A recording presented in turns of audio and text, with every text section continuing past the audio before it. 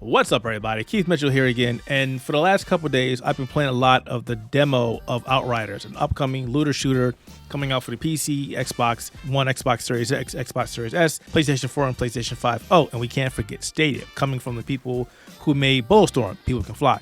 Now, I've been actually following this game for quite some time, and I've got a couple things in the works, and I can't wait to get my hands on the actual full game. However, a couple of days ago, I made a video, small video, showing how damaging the Devastator can be. Now, the Devastator is a tank class. It's not very flashy, but it does a great job of mitigating damage and, in certain cases, sending that damage right back at people. Now, I made a video showing how I DPS the captain down under 3 seconds. This was all made possible using the ability called Reflect Bullets. However, as of today, I started playing with the Technomancer. Now, I always wanted to give the Technomancer a try, but I convinced myself that the Devastator was going to be the class that I was going to play, and maybe I would go pick up the Trickster because the Trickster is a up-close character. I checked out the Technomancer on a whim, and I'm actually really glad that I am. So I've been playing with this nonstop ever since I started playing with it because I really enjoy the playstyle. Now, for some people, being up and close is good. Some people like to play middle ground.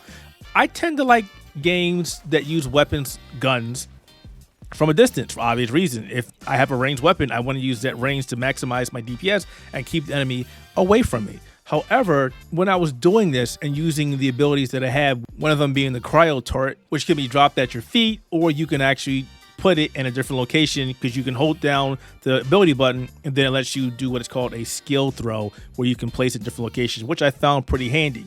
The other ability is called Pain Launcher, which is an ordnance that does AoE damage. So using these two talents right now, I was able to maximize my damage and also have a decoy for enemies to go up to the turret and actually try and DPS that down, while I use Pain Launcher to also splash damage them down. And of course, there's also the grenade move called Shrapnel, which does an interrupt and also does AoE damage to anybody caught in its blast radius, which I may or may not have used to toss on top of the turret when enemies are trying to DPS that down.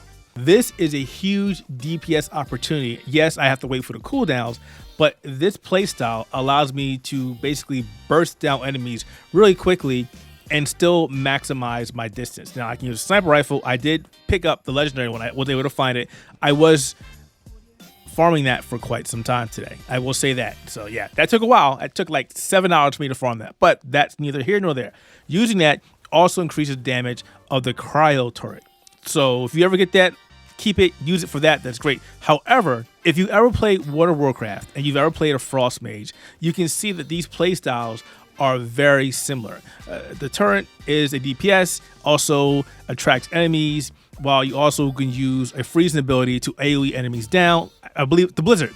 You can use the blizzard to AoE enemies down. And though that is channeled, you have the Pain Launcher, which pretty much does the same thing. And you also can throw your grenade that also does AoE splash damage. I love this playstyle. Now, I was looking at the skill tree for the Technomancer, and there's an ability in there called Cold Snap, which is also an ability from World of Warcraft, or at least it used to be. Again, I don't play the game anymore. I don't know, that you use to reset your talents. And here, it's basically an AoE attack. Another AoE attack. So the Technomancer has a lot of AoE attacks, which is great. There's also ability that you can use to heal yourself, members in your group, and also your turret. When it gets DPS down, you can always heal it. I don't know if it's from a distance, if you need to be up and close, because the ability isn't available to be touched right now. Obviously, people who are playing the game right now are under NDA, so they really can't tell me anything about it. However, I'm geeking out the fact that I was saying that this playstyle is very similar to the Frost Mage, and as I started looking at the abilities, like, wait, that is an ability that Frost Mages had in WoW. I'm completely and totally geeked out. I really think that I might use the Technomancer first and then go back to the Devastator, just because I'm falling in love with this type of playstyle.